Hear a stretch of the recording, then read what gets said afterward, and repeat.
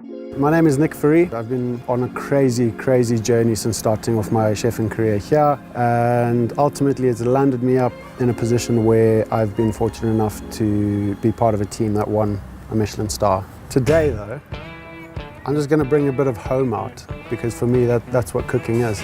It's about love. So the dish I will be doing is beef fillet and effectively cauliflower. So different ways of doing cauliflower. So yeah, let's get started. Just peel. Come along. Guys, I honestly wish I was fast at this, but I don't. Food's all about the love. It's about taking your time, putting love into it. You can't put love into anything if it's rushed. Keeping it like this and keeping the root on, you keep your onion whole, so that you can serve it up in different ways. There's so many different ways of doing it when it comes to plating, man. Alright guys, let's go. First bit of butter of the day. And it's now about the right time to say I should probably put a disclaimer out for the amount of butter that's going to be used in this. And at the end of the day, butter and cream makes the world go round. I'm probably the worst when it comes to recipes. I love them, I can do them, I can create them, but it's very difficult to get love and emotion into your dish if you don't just like let it flow. I mean, I might think about this afterwards and say, okay, cool, so that's what I used, and I might just write it down. In fact, I probably will write it down. Bit of white wine, cover the bad boys. Low and slow is the key to a lot of things, guys. So, in we go. Let's do a bit of the cauliflower prep, shall we? I've come from a really good, solid food background, and growing up, I don't think I realized it too much, just how much food was an integral part of my life and of my family's life. This is one thing I love about this country. The produce is damn good. The flavor-wise, you can't ask for much more, to be fair. You really can't. Outside of cooking, I love my music. Yeah, I'm a DJ, but I'm a chef first and foremost. That's my profession, and I believe I started DJing for the same reasons I cooked. It's a way to make people happy, you know. And if you ever get the chance to make someone really happy and just put a smile on their face, do it and see what it does to you. It's about the love. That's it. What it comes down to is about the love. Cooking music, playing music, listening to music. From this, we are now going to try and get the biggest florets for roasting. That's beautiful. That's a nice size for it. Get a nice clean flat side to that, and then we're going to put it in the pan. Again, lots of butter, lots of seasoning. I'm going to try and get the smaller florets to leave raw.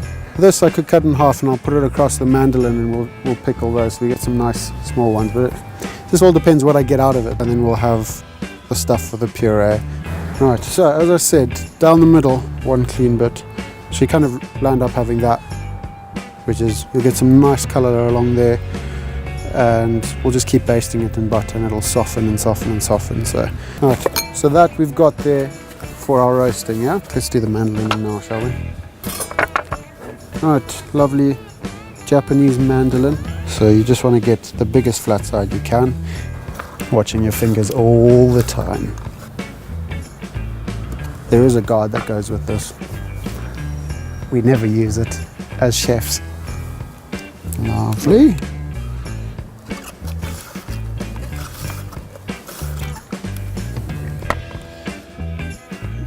Beautiful bits there. So I'll put those aside. Now comes for the very fun part. We've got to get, when I say each floret, then you've got to break each one down. For this puree, you want it to caramelize. And if you don't have fairly even slices of it, you're going to cry when you make your puree because it's going to be lumpy. We used to, let's pull back a little bit. We used to do an amuse at the restaurant I was at, which was a broccoli soup. And this is what I had to do with the broccoli every single day, and it was about 3 kgs of broccoli that you have to do, and you got to bring down, and still you got to maintain the really green color of it, and it goes really nice and smooth and beautiful because of taking time and doing this, you know. Wonderful. Warm the pan up, you want to drop the butter in so it starts to foam. You see how it's hit the pan and started to foam already. You don't want to burn your butter, you want it to foam. You want to start it off high so it can get a bit of color going, and then you want to start bringing it down so you control the caramelization so it doesn't go too dark and you don't burn it. Seems like a lot, but trust me, it'll cook right down. Next thing, we need to make a pickle. Very quick ratio, 2 parts vinegar to 1 part water. It all depends on how acidic you want it and where you want to take the certain thing that you're pickling. With this, I'm using the cauliflower more for a bit of texture, but to provide the acidic component to just cut through all the richness of the dish. I'm an avid fan of acid. I love lemons, I love vinegar, I love it. Oh, that's my kind of thing. Bring this bad boy up to the boil. And once it's at a boil, you want to turn it down, simmer it 5-10 minutes, and then take it off. Let's get some cling film over him. Now, this can just sit until you're ready to plate up, and then you'll be happy days, yeah? Let's trim up a bit of fillet, guys. I say fillet's very overrated. It's expensive for nothing, but I love it. It's a classic for a reason. Basically, you're going to want to get rid of this here. You can actually get your fingers underneath and pull. It's weird though. Obviously, in the UK, this is a very, very expensive piece of meat. So when it comes to cleaning it up, it's head chef's job or sous chef's job. But there has to be a lot of trust in this, because this in the UK is, last I checked, £45 a kilo. Yeah. And here in Zim, we've got it lucky. So you want to get your knife just underneath so you can kind of see the knife through it, yeah? You want to push your knife through and lift up, and then you just want to pull them back. Then you want to get your knife underneath and then just go, keeping the blade up at all times, taking it off. Dunsies, you're going to be left with that. There we go. Start to take that off, and that's just going to leave everything a lot more tender at the end of it. Turn it upside down. I was always taught, run your knife along it, take off or clean up as much as you can, like a bit of shoddy butchery work, because this is now for the aesthetics of the final dish. Right, now when we look at our fillet, the piece I'm going to use, I'm going to want to take smack bang out the middle, because it's nice, it's firm, it's even, which means it'll cook evenly. I'm going to give it a nice little cut straight through. Oh, hello. That's beautiful. Oh, I do love Zimbabwean beef. Right, that should be alright. And just kind of roll. You see, you start getting a really nice shape to this fillet. Done. Look at that. Huh? I impress myself sometimes, I can tell you that much. So back to our cauliflower. Now when we move it, you'll start to see it started to catch very, very nicely. So when that comes, you can now just bring the heat down. So we're going to eventually want an overall color to be like that. So you'll end up having a really nice golden puree. It'll just be sweet and complex and just thinking about it. Woo. Before we start the sauce, I think I should probably check on the onions. Smells good. Oh, hello, gorgeous. We'll flip them over just to check. So this is the one that I didn't leave the root on. As you can see, the shells are coming off, right? Ones that I have left the root on are being kept together. One way to check when your bad boy is done, you turn it over, or ones that may have turned over, when they look like that and they've started to go open, you're done. Put it on the back, leave it be. This is stir, because you can actually begin to hear the sound has changed completely from almost like you're boiling bubbles to now you're frying bubbles. And as it progresses, you'll hear more and more how the sound changes. We are coming along really nicely here. So this is now the sauce. I must be honest with you, I cannot take the glory and the praise for this sauce. This is a sauce my last head chef taught me that he did with his beef dish. I think it is so good and it takes a long time to actually make the sauce. So again, this is all about taking time with cooking.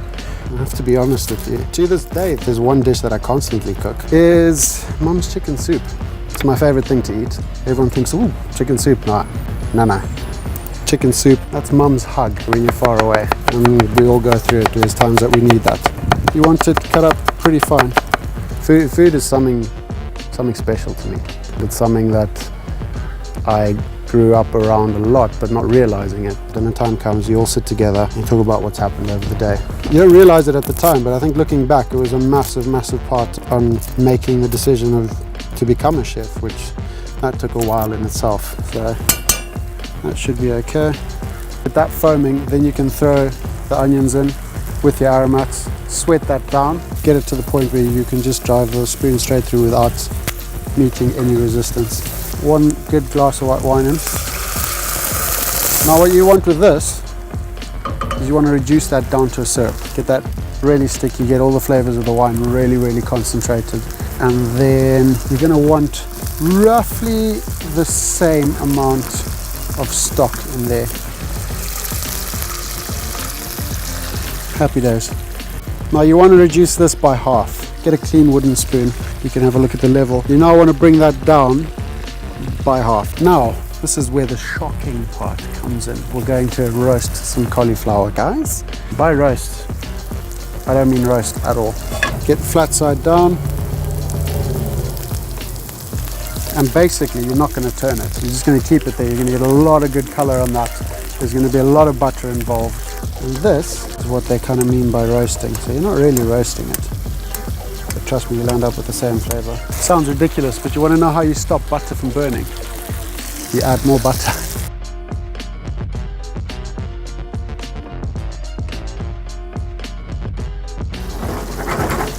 Okay, so this we need to pop in the sieve, because now you want to drain the excess butter off. Alright, nice way of checking these. You just put a toothpick through it and you should encounter little to no resistance. Take it off the heat, you're done. You want to drain it off in some kitchen towel.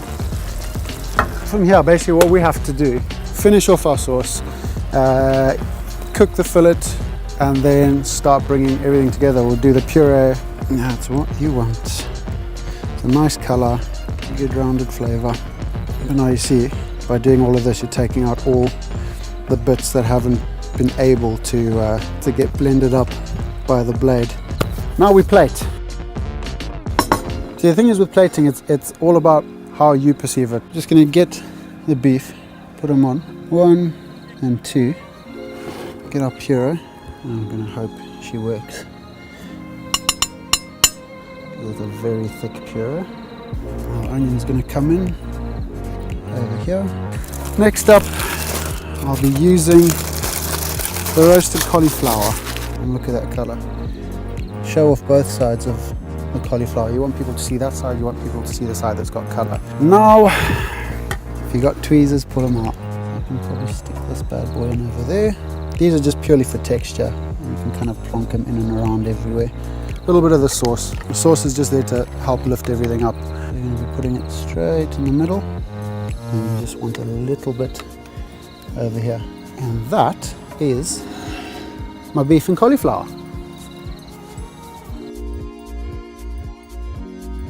Quite chuffed with that.